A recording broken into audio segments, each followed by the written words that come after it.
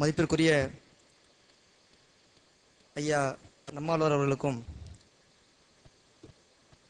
இந்த மாநாட்டினுடைய தலைவர் மதிப்புக்குரிய போஸ் அவர்களுக்கும் அன்பிற்குரிய நண்பர் உமர் பாரக் அவர்களுக்கும் இந்த மாநாட்டினுடைய தலைமை குழு தோழர்களுக்கும் அனைவருக்கும் என்னுடைய பணிவான வணக்கங்களை முதலில் தெரிவித்துக் கொள்கிறேன். எனக்கு முன்ன கிட்டத்தட்ட ஒரு 3/4 மணி நேரம் வரையா காலைல சாப்பிட்ற பேஸ்ட்ல இருந்து தேய்க்கிற பேஸ்ட் இனிமேல் சொல்ல முடியாது.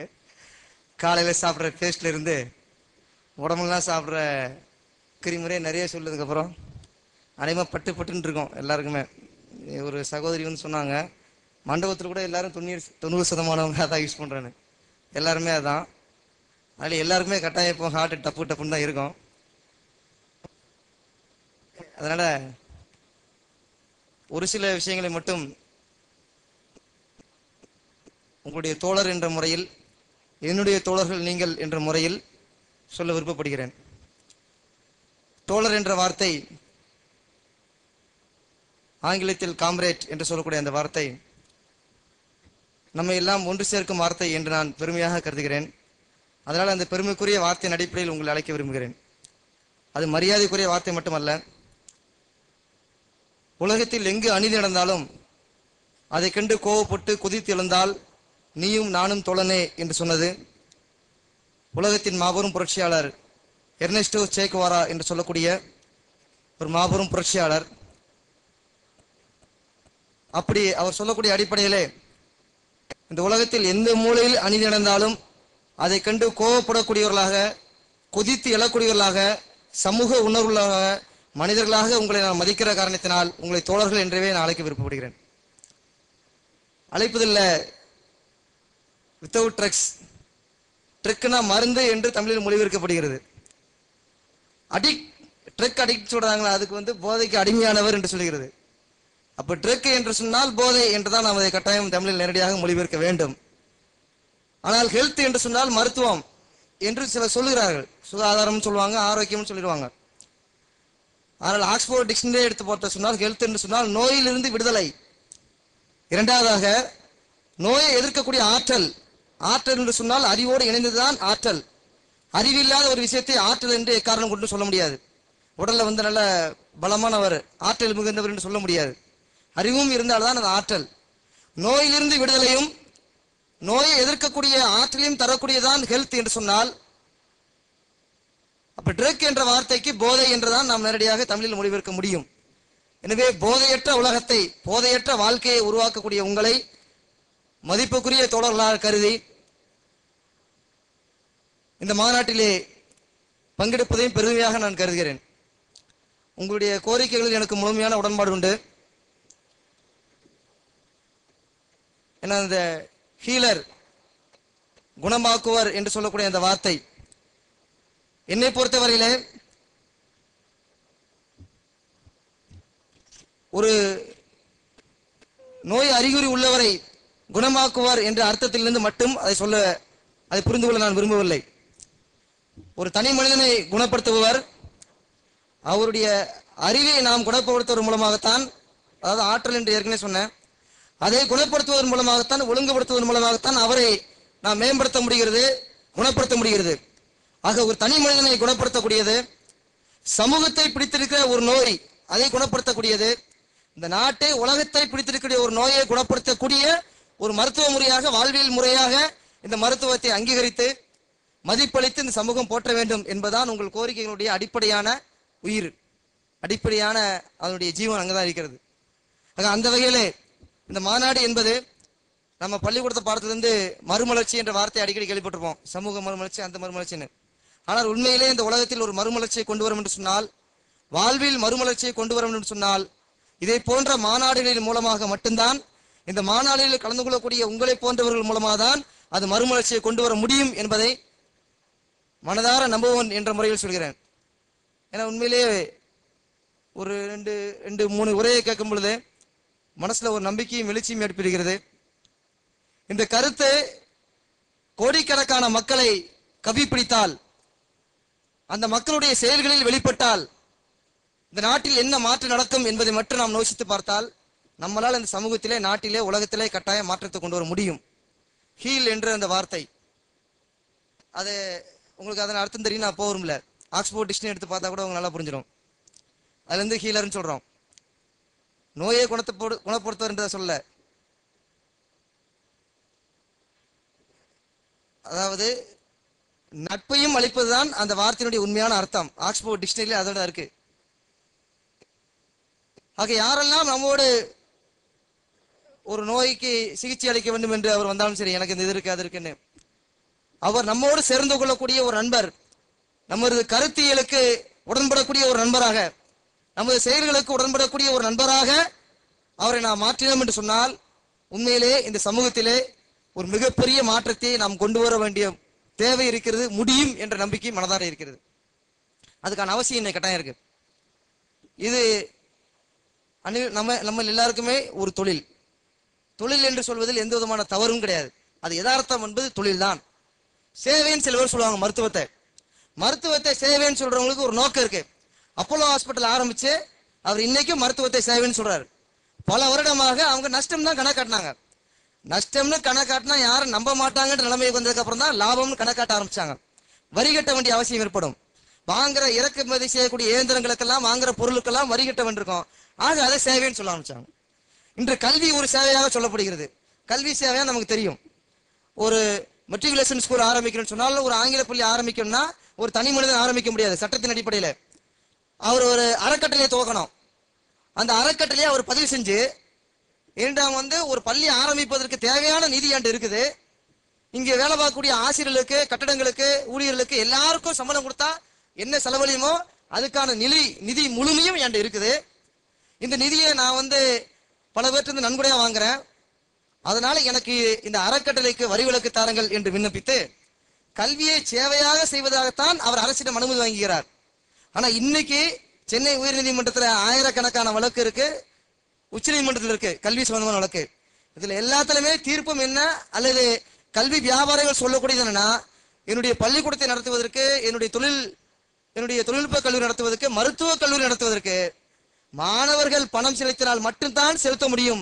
எனவே செலவுக்கேற்ப வர வேண்டும், மூலதனத்திற்கு ஏற்ப லாபம் வேண்டும். செலவுக்கேற்ப வரவு வேணும், மூலதனத்துக்கு ஏற்ப லாபமும் வேணும் என்று சொல்லி அது ஒரு வியாபாரமாக வாதிட்டு சேவை என்ற சட்டத்தை வைத்து அவங்க சம்பாதிக்கிறாங்க. கல்வியும் சேவை, மருத்துவம் சேவை. நம்ம நாட்டில் விவசாயத்தை தொழிலாக கருதினாங்க. செய்யும் தொழிலே தெய்வம் என்று அதை மதித்தார்கள். தொழில் என்று சொன்னால் அது தெய்வம் என்று மதிப்பிடக்கூடிய, அதற்கு பணிந்து வேலை செய்யக்கூடிய, அதை போற்றக்கூடிய மனப்பான்மை நம்மகிட்ட இருந்துச்சு. ஆனா அது சேவைன்னு சொன்னவர்கள் மிகப்பெரிய வியாபாரிகளாக இருந்தாங்க. அதை தொழிலாக கருதியவர்கள், அந்த தொழிலுக்கு கடன்பட்டவர்களாக, நேர்மையானவர்களாக, அந்த தொழில் யாரை சென்றடைகிறதோ, விவசாயம் என்று சொன்னால் மக்களை சென்றடைகிறது, சேவை அந்த மருத்துவ தொழில் என்று சொன்னால் அது மக்களை சென்றடைகிறது, அவர்களுக்கு விசுவாசமாக இருக்க வேண்டும். தொழில் என்று சொன்னால் தொழிலுக்கும் யாருக்கு போய் சேருகிறதோ அவர்களுக்கும் விசுவாசமா இருக்குன்னு சொன்னாங்க. ஆனா சேவைன்னு சொன்னவங்க அதுல வியாபாரம் தான் செஞ்சாங்க. அதுல தொழில் என்று சொல்வது யதார்த்தம், அதுல மாற்றமே கிடையாது. ஆனால் இந்த தொழில் என்பதை தாண்டி ஒரு வாழ்வுக்கான தேவை என்பது இருக்கிறது.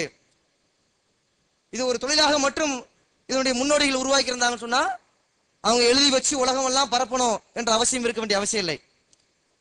ஆனால் ஒவ்வொரு மனிதருக்கும் தொழில் என்பதை தாண்டிய ஒரு வாழ்க்கை தேவைப்படுகிறது. அங்கதான் வாழ்க்கையுடைய அர்த்தம் இருக்கிறது. ஒரு மனிதன் ஒரு சமூக பிராணி என்று சொன்னால், உணர்வு உள்ளவர் என்று சொன்னால், அதற்கான அர்த்தம் அங்குதான் துவங்குகிறது என்ற அடிப்படையில் தான் இந்த மாற்று மருத்துவம் என்பதாக இது உருவாக்கப்பட்டது. மாற்று என்று சொன்னால் இது எதற்காக மாற்று, ஏன் மாற்று என்று சொல்கிறோம் என்ற ஒரு கேள்வி இதுக்குள்ள முன்னாடி சேர்ந்து வந்துருது. ஆல்டர்னேட்டிவ்னு சொல்றோம். எதுக்கு ஆல்டர்னேட்டிவ், ஏன் தேவைப்படுது ஆல்டர்னேட்டிவ், ஏன் மாற்று, எதுக்காக மாற்று என்பதான் கேள்வி. ஆங்கில மருத்துவம் என்று சொல்கிறார். ஆங்கில மருத்துவம் என்ன, ஆங்கில மருத்துவம் அது யார் கையில் இருக்கு? உலகத்தில் இருக்கக்கூடிய சில முதலாளிகள் கையில் தான் இன்று அந்த மருத்துவம் முழுக்க இருக்கு. அது பட்டியல் எடுத்து சொன்னால் 15 பேர் கையில இருக்கு. அதுல ஒருத்தர் பில்கேட்ஸ், மைக்ரோசாப்ட் அதிபர் பில்கேட்ஸ். நம்ம அவருக்கு மைக்ரோசாப்ட் அதிபர் மட்டும் தான் தெரியும். ஆனா உலகத்தில் இருக்கக்கூடிய மிகப்பெரிய 9 மருந்து கம்பெனிகளில் $250 பில்லியன் அவர் முதலீடு செய்து அவரு ஒரு மருந்து உற்பத்தி செய்வராகத்தான் அறியப்பட்டிருக்கிறார். ஆனால் அதை அவர் ஒரு ட்ரஸ்ட் வச்சிருக்காரு. அந்த ட்ரஸ்டின் மூலமாகத்தான் அவர் அதை செய்கிறார். காரணம், நான் சேவை செய்கிறேன் என்று சொல்லி அவர் அந்த வேலையை செய்து கொண்டிருக்கிறார். அவருக்கு இந்த மருந்து விற்பனையில் மட்டும் பல கோடிக்கணக்கான ரூபாய், பல்லாயிரக்கணக்கான டாலர் வருமானம் வருகிறது என்பது இன்னும் சாதாரண மக்களுக்கு சென்று சேராத ஒரு விஷயம். அப்படிப்பட்ட பெரிய பெரிய வியாபாரிகள் கையில, பெரு நிறுவனங்கள் கையில, உலக முதலாளிகள் கையில தான் இன்று அந்த மருத்துவம் இருக்கிறது. அவங்க அதை மட்டும் வியாபாரம் ஆக்கல. ஐயா சொன்னார், பெரும் டின்ல சாப்பிட்ற பழக்கம் இன்னும் அநேகமா தமிழ்நாட்டில் இன்னும் ஒரு 6 மாசத்துல சென்னையில இப்ப அதுக்கான பூர்வாங்க வேலைகள்லாம் முடிஞ்சிட்டு, சென்னையில 2 வருஷமாக மிக ரகசியமாக செயல்பட்டு 2000 பேரை வச்சு ரகசியமா வேலை செஞ்சு இன்னைக்கு அது வேலையெல்லாம் முடிஞ்சது. 6 மாசத்துல ஒரு நடைமுறையை கொண்டு வருவாங்க. குறுஞ்செய்தி என்று சொன்னால் இன்னைக்கு எல்லாம் சாதாரணமாச்சு. இன்னைக்கு நிறைய வருது குறுஞ்செய்தியில, எஸ்எம்எஸ்ல. ஒரு எஸ்எம்எஸ், அந்த எஸ்எம்எஸ்ல நீங்க ரைஸ் அப்படின்னு தட்டுனா வீட்டுக்கு ரைஸ் சேரும். ரைஸ்னா நம்ம சாதாரண நம்ம பயன்படுத்துற பொருள் அரிசின்னு சொல்றேன். அது அரிசியா இருக்காது. இன்னைக்கு இந்த நூடுல்ஸ் சாப்பிட்ற பழக்கத்தை வச்சுட்டாங்க. ஒரு டப்பால கொஞ்சம் வெந்நியை ஊத்தி அதை அப்படி சாப்பிட்டு போயிடலான்ற மாதிரி. அதே மாதிரி இனிமேல் காலையில ஒரு கிளம்புறப்ப ஒரு டப்பால கொஞ்சம் இதை ஊத்தி மிக்ஸ் பண்ணி சாப்பிட்டு போயிடலாம். மதியம் அதே மாதிரி குழந்தைகளுக்கு டிஃபன் பாக்ஸ்ல கட்டி தர வேண்டிய அவசியம் இருக்காது. மதியம் குழந்தைகளுக்கும் ஒரு டப்பால இப்படி கொடுத்துட்டா போதும். சாயங்காலம் அது என்ன டப்பா, என்ன கம்பெனி, அது விளம்பரம் அப்புறம் வரும். இதுக்கான வியாபாரத்துக்கான எல்லா ஏற்பாடும் முடிஞ்சது. வால்மார்ட் என்ற மிகப்பெரிய ஒரு கம்பெனி, இது போன்று வால்மார்ட் போன்ற உலகத்தின் மிகப்பெரிய வியாபார கம்பெனிகள் இதற்காக வரப்போறாங்க. ஐயா அழகா கம்பெனிக்காரன் என்ற அந்த வார்த்தையை சொல்லும் போது மனசுல ஆழமா பதியுது. கம்பெனிக்காரர்கள் தான் என்ற உலகத்தை, நமது வாழ்க்கையை ஆள்கிறார்கள் என்று சொல்லும் போது நெஞ்சம் துடிக்குது. அப்படி ஒரு கம்பெனிக்காரன் அந்த வால்மார்ட். அவன் அவனும் கொடுப்பான். நம்ம நாட்டில் ஏற்கனவே பிஎஸ்சி படிச்சுட்டு, எம்ஏ படிச்சுட்டு, எம்காம் படிச்சுட்டு வேலை இல்லைன்ற கூடிய இளைஞர் அங்கே போயிடுவான் வேலைக்கு. அவன் என்ன பண்ணுவான், நீங்க எஸ்எம்எஸ் அனுப்புங்க, வீட்டுக்கு இது தேடி வரும், அது தேடி வரும், அது தேடி வரும். எல்லாம் வால்மார்ட் இருந்தால் சிறு வியாபாரிகள் வாழ்க்கை பாதிக்கப்படும். அது உண்மை. அதை விட பெரு உண்மை, நம்ம நாட்டுடைய விவசாயம் பாதிக்கப்படும், நமது ஆரோக்கியம் பாதிக்கப்படும் என்பதுதான் முதல் உண்மை. என்ன இன்னைக்கு மன்மோகன் சிங் சொல்றாரு, நிலத்தை விட்டு வெளியே போ, சயின்ஸ் காங்கிரஸ் அறிவியல் 100வது அறிவியல் மாநாட்டில் பிரதமர் மன்மோகன் சிங் அவர்கள் கொல்கத்தா நடந்து முடிஞ்சிருக்கு. அதுல பேசும்போது அவர் என்ன சொல்றாருன்னா, நிலமும் சுருங்கி விட்டது, நீரும் சுருங்கி விட்டது, எனவே விவசாயிகள் நிலத்தை விட்டு வெளியே போங்க. அந்த குறைந்த நிலத்துல குறைந்த நீரை வச்சு விவசாயம் செய்வதற்கு வேற ஏற்பாடு இருக்கு. மரபணு என்பதை நீங்கள் அறிவியலாக ஏற்றுக்கொள்ள வேண்டும். உணர்வு சார்ந்து பேசாதீங்க, ஆரோக்கியம் சார்ந்து பேசாதீங்க, அறிவியல் என்று சொன்னால் அதை நம்புங்க என்று சொல்லி பிரதமர் மன்மோகன் சிங் பேசியிருக்காரு. இப்ப அவர் சொன்னதோட சாராம்சம் என்ன? அது இப்ப பேசல, 10 வருஷமாவே பேசிட்டு இருக்கு. இதுதான் ஏற்கனவே ஒரு சட்டம் கொண்டு வந்து தோல்வி அடைஞ்சு போச்சு. அந்த மான்சவுண்டை விதையை கொண்டு வந்து ஒரு சட்டம் போது, அப்போ அந்த சட்டத்தோடு சேர்த்து 100 விதியும் போட்டாங்க. அந்த சட்டத்துல என்னன்னா, அந்த மான்சவுண்டை விதையை எதிர்த்து யாரும் பிரச்சாரம் செய்யக்கூடாது, பேசக்கூடாது, போராடக்கூடாது. போராடினால் 1 ஆண்டு ஜெயில் தண்டனை, பேசினால் 1 லட்சம் ரூபாய் அபராதம் என்ற விதியும் அந்த சட்டத்தில் இருந்துச்சு. மான்சவுண்டை விதையை எதிர்த்து பேசக்கூடாதுன்னு சொன்னப்ப. இப்ப அதே மாதிரி இன்னும் கொஞ்ச நாள்ல இந்த வால்மார்ட் சட்டம் வந்தாலும், எந்த சட்டம் வந்தாலும் அந்த சட்டத்தினுடைய ஒரு விதியாக, அமுல்படுத்தக்கூடிய விதியாக ரெகுலேஷன் ஒன்று கொண்டு வருவாங்க. இதை எதிர்த்து பேசினா அபராதம், எதிர்த்து பேசினா ஜெயில் தண்டனை என்பதும் வரும். அந்த அளவுக்கு அவர் விசுவாசமா இருக்கார். உலக வங்கியில் பணியாற்ற ஒரு அதிகாரி அவர். உலக வங்கியில் பணியாற்ற ஒரு அதிகாரி அவர். இப்ப அவர் சொல்றது அதான், வால்மார்ட் வந்துடும் டப்பால் அடைச்சு. அப்ப நம்ம விவசாயிகள் ஐயா அழகு உள்ளூர்ல விவசாயம் பண்ணி உள்ளூர்ல மக்கள் சாப்பிட்டா அது பேக்கெட்ல அடைக்க வேண்டியதில்லை, கெமிக்கல் போட வேண்டியதில்லை, 2வது பல வியாபாரிகள் கைகளுக்கு போக வேண்டியதில்லை. நமக்கு நேரம் வந்துருது. இவங்க சந்தைன்னு சொல்றாங்க, எல்லாத்தையும் சந்தை விலைக்கு தீர்மானிக்கிறேன், சந்தை விலைக்கு தீர்மானிக்கிறேன்னு. எது சந்தை? இந்தியாவில் இருக்க அந்த சந்தை, உலகத்தில் இருக்கக்கூடிய 20-30 முதலாளி சேர்ந்து ஒரு உலக சந்தை என்று அவர்களே ஒரு சந்தை ஏற்படுத்தி கொண்டு அந்த உலக சந்தைக்கு தான் எல்லா விலையும் அந்த உலக சந்தையில கொண்டு போறாங்க. அப்படி ஒன் மார்க்கெட்டே கிடையாது. மொரிசியஸ்ல ஒரே ஒரு பில்டிங்ல மட்டும் 180 கம்பெனி வச்சுக்கிறான். மொரிசியஸ்ல இருந்து இந்திய நாட்டுக்குள்ள யாரு வந்தாலும் வரி கட்ட வேண்டியதில்லை. இரட்டை வரி ஒப்பந்தம்னு ஒரு சட்டம் கொடுத்துட்டாங்க. அந்த சட்டத்தில் என்னன்னா, அந்த சட்டத்தின்படி எந்த ஒரு கம்பெனி ஒரு நாட்டில் வியாபாரம் செஞ்சாலும் அவர் 2 நாட்டில் வரி கட்ட மாட்டான், ஏதாவது ஒரு நாட்டில் கட்டினா போதும். மொரிசியஸுக்கு இந்தியாவுக்கும் ஒரு ஒப்பந்தம் இருக்கு. என்ன ஒப்பந்தம்னா, ஒரு கம்பெனி மொரிசியஸ் வழியா இந்தியாவுக்கு வந்தா அவங்க மொரிசியஸ்ல அல்லது இந்தியாவில் எங்கேயாவது வரி கட்டினா போதும், எங்கேயாவது இடத்துல வரி கட்டினா போதும். அப்ப நம்ம நினைப்போம், இங்க இருக்க பல கம்பெனிகள்லாம் மொரிசியஸில் கட்டுவோம் அல்லது இந்தியாவில் கட்டுறான்னு நினைச்சிட்டு இருக்கோம். அதுக்கு அப்புறம் இந்த ஒப்பந்தத்தை மொரிசியாவும் நம்மளும் போட்டதுக்கு அப்புறம் மொரிசியா கவர்மெண்ட் ஒரு சட்டம் போட்டான். என்ன சொல்லணும்னா, no gain no profit gain ஒரு சட்டம். என்னன்னா, எந்த ஒரு கம்பெனி உலகத்துல எந்த நாட்டில இருந்து மொரிசியஸ்ல பதிவு செஞ்சு உலகத்துல எங்கவே வியாபாரம் செஞ்சாலும் எவ்வளவு லாபம் வந்தாலும் மொரிசியஸ்ல வரியே கட்ட வேண்டாம். அப்படி யோசிச்சு பாருங்க, அமெரிக்காவில் இருக்கிற ஒரு கம்பெனி மொரிஷியஸ்ல ஒரு பில்டிங்கை வாடகைக்கு எடுத்து, ஒரு ரூமை வாடகைக்கு எடுத்து, அந்த ரூம்ல செயல்படுவதாக பதிவு செஞ்சுட்டு இந்தியாவில் அவன் ப்ரொடக்ஷன் உற்பத்தி அவன் செஞ்சான்னு சொன்னா அவன் இந்தியாவில் வரி கட்ட வேண்டாம், நான் மொரிஷியஸ்ல கட்டுறேன்னு இங்க சொல்லிடுவான். இதுல அந்த அப்ளிகேஷன்ல மனுவில், அந்த வரி துறை சரக்கூடிய அந்த மனுவில் மொரிஷியஸ்ல கட்டுறேன்றான். மொரிஷியஸ் கவர்மெண்ட் என்ன சொல்லுது, என் நாட்டில் நீ வரியே கட்ட வேண்டாம், எவ்வளவு லாபம் சம்பாதிச்சாலும் என் நாட்டில் வரி கட்ட வேண்டாம், அந்த நாட்டில் சட்டம் போட்டான். அவன் பாருங்க, இதுல இந்த வழியாகத்தான் எல்லா கம்பெனியும் இந்தியாவுக்குள்ள வந்து விவசாயத்திலிருந்து நீர்ல இருந்து எல்லா கம்பெனியும் இந்த மொரிஷியஸ் வழியாக தான், இந்த சட்டத்தின் வழியாக தான் வரான். பல லட்சக்கணக்கான கோடிகளை லாபமாக அள்ளிட்டு போறான். ஒரு ரூபாய் கூட இந்தியாவுக்கு வரி செலுத்தாமல் அள்ளி கொண்டு போகிறார்கள் என்பதை நாம் பார்த்தா எவ்வளவு பெரிய கொள்ளை. ஆரோக்கியத்தின் பின்னால், ஏன் ஆரோக்கியம் வியாபாரமாக்கப்படுது என்பதற்கு பின்னால் ஒரு காரணம் இருக்கு, ஒரு பொருளாதாரம் இருக்கு. நீருக்காக ஒரு சட்டம் கொண்டு வராங்க, நீரை வந்து மக்கள் அதிகமா பயன்படுத்துறாங்களாம், நீரை வந்து குறைவா பயன்படுத்தணுமா. அப்ப என்ன செய்யணும், நீரை மக்கள் குறைவா பயன்படுத்தணும்னு சொன்னா, முறைப்படுத்தணும்னு சொன்னா அதை வியாபாரமாக்கணும். மாண்டேக் சிங் அலுவாலியா கடந்த 10 தினங்களுக்கு முன்பு டெல்லியில் ஒரு கருத்தரங்கத்தில் பேசியிருக்காரு, இந்தியாவில் காசு இல்லாத ஒரு பொருளாக நீர் மாறிவிட்டது, அதுக்கு மதிப்பே இல்லை, ஆகையால் நீரை வியாபாரமாக்கணும்னு அவர் பேசிட்டு இருக்காரு. அதுக்கு ஒரு சட்டம், அந்த சட்டம் என்ன சொல்றதுன்னா, விவசாயத்துக்கு பயன்படுத்தலாம் சரி, நம்ம போய் வீட்டில் போய் காலைல வந்து டாய்லெட் போகணும்னு சொன்னா, டாய்லெட்டுக்கு தண்ணியை திறந்தோம்னு சொன்னா அது சொல்லும், உங்க பேலன்ஸ்ல இருப்பு இல்லை, அதனால நீங்க வந்து உடனே உங்க கணக்கை புதுப்பிச்சீங்கன்னா தான் தண்ணி வரும் சொல்லும். டாய்லெட்ல யூஸ் பண்ற தண்ணியில இருந்து விவசாயத்துக்கு பயன்படுத்தக்கூடிய தண்ணீர் வரை அத்தனைக்கும் டேப் போட்டு எத்தனை லிட்டர் எடுக்கிறன்னு வச்சு நம்ம இனிமேல் தண்ணீருக்கு பணம் கட்ட வேண்டிய அளவுக்கான ஒரு சட்டம் ரெடியாகி அது வந்துருச்சு. அது மக்கள் வேற கருத்து சொல்லுங்கன்னு இன்டர்நெட்ல போட்டாங்க, மக்கள் அது கருத்து சொல்லணுமா, கருத்து சொன்னா அந்த சட்டத்தை நிறைவேற்றுறதுக்கு இப்ப எல்லாம் தயாராகி முடிச்சது, அது வரப்போகுது. ஏற்கனவே இங்க வந்து பல கம்பெனிக்காரங்க வந்து நம்மளை வந்து நீரையும் காசு கொடுத்து 1 லிட்டர் 20 ரூபா கொடுத்து வாங்குறதுக்கும் அதுதான் சுத்தமான தண்ணி என்ற மனசையும் எண்ணத்தையும் உருவாக்கி வாங்குறதுக்கும் பழக்கப்படுத்தி காசு கொடுத்து வாங்கினா தப்பு இல்லை என்ற அளவுக்கு கொண்டு வந்து அதை ஒரு கௌரவமா உயர்த்திட்டாங்க. படிப்படியா நம்ம எண்ணத்தை மாத்தி இன்னைக்கு தண்ணிக்கு காசு கொடுத்து வாங்கினா கௌரவம்ன்ற அளவுக்கு இன்னைக்கு மாத்திட்டாங்க. இதுக்கு சில இன்னும் சொன்ன கம்பெனி வரப்போகுது. இப்ப நீங்க கொஞ்ச நாளைக்கு முன்னாடி மத்திய அரசு 6 மாசத்துக்கு இன்னொரு சட்டம் போட்டாங்க. அது என்ன சட்டம்னு சொன்னா, இந்த பெருநகரங்கள்ல சென்னையில வந்துருச்சு, இப்போ பெருநகரங்கள்ல வந்து டிவியில வந்து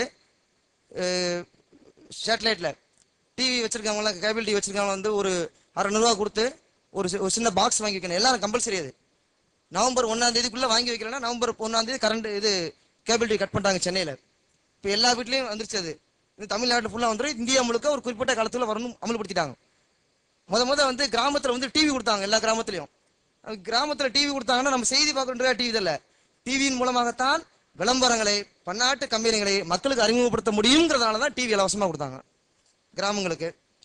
இப்போ அதே டிவி சேட்டலைட் வச்சாதான் ஒளிபரப்ப முடியும் சட்டத்தையும் கொண்டு வந்தாங்க. எல்லா வீட்லயும் வரும் இனிமேல் 600 ரூபா கொடுத்து வாங்கணும் பாக்ஸ் மினிமம். அது காரணம், பன்னாட்டு டிவி கம்பெனி நமக்கு வரப்போறான். பன்னாட்டு டிவி கம்பெனி வந்தானா 30 செகண்ட்ல ஒரு விளம்பரத்தை போட்டான்னா, அந்த 30 செகண்ட்ல ஒரு நடிகையின் கையில் ஒரு பொருள் இருந்தால், அல்லது நடிகை ஒரு வாயில் ஒரு வார்த்தையை சொன்னா, ஒரு கிரிக்கெட் வீரர் ஒரு வார்த்தையை சொன்னா, அல்லது ஒரு கையில பொருள் இருந்தா அந்த பொருள் துல்லியமா தெரியணும், துல்லியமா காதுல விடணும் என்று சொன்னால் அதுக்கு சேட்டலைட் ஒளிபரப்பு வேணுங்கிறதுக்காக தான் அந்த சட்டத்தை போட்டு நம்ம காசை பிடிங்க நம்ம இப்ப டிவியில பார்க்க போறோம், துல்லியமான விளம்பரத்தை பார்க்க போறோம். என்ன துல்லியமான விளம்பரத்தை பார்க்க போறோம்னு சொன்னா, பன்னாட்டு கம்பெனிகள் விளம்பரத்தை தான் பார்ப்பதற்கு இந்த ஏற்பாடு. ஆக நம்ம நாட்டில் போட்ட எந்த சட்டமா இருந்தாலும், உணவு பாதுகாப்புன்னு ஒரு சட்டம், அந்த சட்டம் உட்பட எல்லா சட்டத்தையும் எடுத்து பார்த்தால் இந்த பன்னாட்டு நிறுவனங்களுக்கு சேவை செய்யத்தான் இந்த சட்டங்கள் எல்லாம் போடப்பட்டிருக்கிறது என்பது தெரியும். 100% இந்தியாவில் மருந்து துறையில் அந்நிய நேரிடும் போதுதான். அது மட்டுமல்ல, கடந்த 4 ஆண்டுகளுக்கு முன்பு அமெரிக்காவில் இருக்கக்கூடிய ஒரு இடத்துல நமது பாரத பிரதமர் நேரடியாக போய் 2006 மார்ச் 26 அன்னைக்கு தேசிய அறிவியல் கழகம் இந்திய பொது நிறுவனம் அப்படின்ற ஒரு பேர்ல அமெரிக்காவில் ஒரு இடத்தை திறந்து வச்சாரு மன்மோகன் சிங். அது என்னன்னா, இந்திய பொதுநல நிறுவனங்கள் சொல்லி தமிழ்நாடு உட்பட 5 இடத்துல ஆரம்பிப்பாங்க. அவங்க வேலை என்னன்னா, அமெரிக்காவும் இந்தியாவும் கூட்டாக மருந்து துறையில் செயல்படுவது என்பதுதான். ஏற்கனவே விவசாயத்துறை உட்பட எல்லா துறையும், கல்வித்துறை உட்பட ஒப்பந்தம் போட்டாச்சு. மருந்து துறையிலையும் அமெரிக்காவும் இந்தியாவும் கூட்டாக சேர்ந்து ஒப்பந்தம் சொன்னால் வியாபாரம், அவ்வளவுதான் வியாபாரம். 100% அவர்கள் வரலாம் என்ற அளவுக்கும் இங்கு அனுமதி தரப்பட்டிருக்கு என்று சொன்னால், அந்த மருத்துவத்தை எதிர்த்துதான் ஒரு மாற்று என்று சொன்னால், அப்ப ஒரே வரையில புரிஞ்சுக்கலாம். மாற்று மருத்துவம் என்று சொன்னால் இங்க மக்களுடைய வாழ்க்கையை கருவறையிலிருந்து தான் மருந்து தொழிலிலும் ஆதிக்கம் செலுத்துகிறார்கள். அவங்க லாபத்துக்காக எதெல்லாம் உற்பத்தி செய்யறாங்களோ, எதெல்லாம் வியாபாரம் பண்றாங்களோ, அதை அறிவியல் அவன் பிரச்சாரம் பண்றான். மெடிக்கல் சயின்ஸ்ன்ற பேர்ல அவன் பிரச்சாரம் பண்றான். புதுசு புதுசா அவனே நோயை கண்டுபிடிச்சுக்கிறான், அவனே நோய்க்கு பேர் வச்சுக்கிறான், அதுக்கு ஒரு துறை வச்சுக்கிறான், அதுக்கு இந்த மருந்தான் ப்ரமோட் பண்றான். காப்புரிமை என்பதான் அதுக்கு ஒரே அடிப்படை. அந்த காப்புரிமையை வச்சுக்கிட்டு ஒரே மருந்து அடுத்து இன்னொரு இது லைட்டா மிக்ஸ் பண்ணுவாங்க.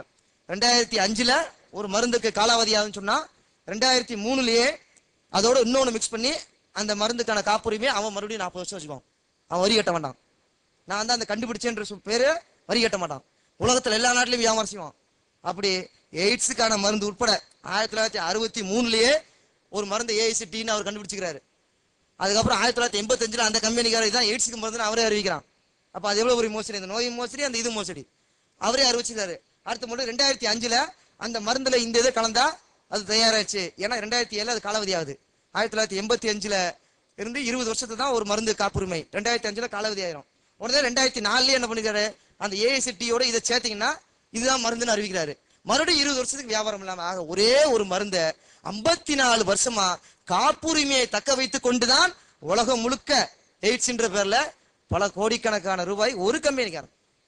இதுதான் ஒரு மருந்து கம்பெனி. ரேண்ட்பாக்ஸ்ன்ற கம்பெனிக்காரன் போன வருஷம் மட்டும் உலகம் முள்ள அவன் மேல போட்ட கேஸுக்கு மட்டும் 154 கோடி ரூபாய் செலவழிச்சிருக்கான். கேஸுக்கு மட்டும், கேஸ் நடத்த மட்டும். இதே மாதிரி எல்லா ஒவ்வொரு கம்பெனியும் பட்டியலெடுத்தா ஒவ்வொரு கம்பெனியும் செய்யக்கூடிய மோசடி என்று சொன்னால் ஏராளமான மோசடி. அப்ப இந்த மருத்துவத்தை, அந்த வியாபாரத்தை எதிர்த்துதான் நாம் மாற்று என்று சொல்கிறோம். இங்கிருந்துதான் நாம் ஏன் ஒரு ஒரு ஹீலராக இருக்கிறோம் என்பதற்கான தேடல் துவங்குகிறது என்று நான் மனதார நம்புறேன். மதிப்புக்குரியவர்களாக உங்களை நான் கருதுகிறேன் என்று சொன்னதுக்கான அர்த்தம் உணர்வுபூர்வமாக நான் சொன்னேன். நானும் பல இதெல்லாம் தேடி போய் பல கஷ்டம் எல்லாம் பட்டுட்டு தான் அதுக்கப்புறம் இது தெரிஞ்சுதான் நம்பிக்கை கொள்ள ஆரம்பித்து இன்று முழு நம்பிக்கை உள்ளவனா இருக்கிறேன். அதனாலதான் மதிப்புக்குரியவர்களும் சொன்னேன். இந்த சமூகம் உங்களை மதிக்க வேண்டும். நாம் இந்த சமூகத்திற்கு சரியான ஒரு செயலை செய்ய வேண்டும் என்று சொன்னால், சமூகம் போற்ற வேண்டிய ஒரு செயலை செய்ய வேண்டும் என்று சொன்னால், இந்த ஒரு செய்தியை, இது ஏன் மாற்று, எதற்கு மாற்று என்ற இந்த விஷயத்தை மட்டும், அது ஒரு மருத்துவத்துக்கு மட்டுமல்ல என்று இந்த உண்மையான மாற்று என்ற அந்த அர்த்தத்தை மட்டும் வைத்து மக்கள் மனதிலே நம்மளை தேடி வரக்கூடிய ஒவ்வொருவரிடமும் இந்த செய்தியை சொல்லக்கூடியவராக, அவரோடு பேசுவராக, அவரோடு தொடர்பில் இருப்பவராக, அவரும் நாமும் சேர்ந்து செயல்படக்கூடியவராக, அவரும் நாமும் சேர்ந்து அமைப்பு என்ற முறையில் செயல்படக்கூடியவர்களாக மாறினால் இந்த கருத்து மக்களை கவி பிடிக்கும். இந்த கருத்து மக்களை கவி பிடித்தால் அது ஒரு பெரும் மாற்றத்தை நிகழ்த்தும். பெரும் மாற்றத்தை நிகழ்த்தினால் கட்டாயம் மக்களை மீண்டும், இந்த உலகத்தை, சமூகத்தை மீண்டும் நாம் இயற்கையின்பால் நாம் கொண்டு செல்ல முடியும் என்பதை நம்பிக்கையாக சொல்லிக்கொண்டு வாய்ப்புக்கும் நன்றி கூறி மனதார மீண்டும் ஒருவன் நன்றி கூறி முடித்துக் கொள்ள. நன்றி.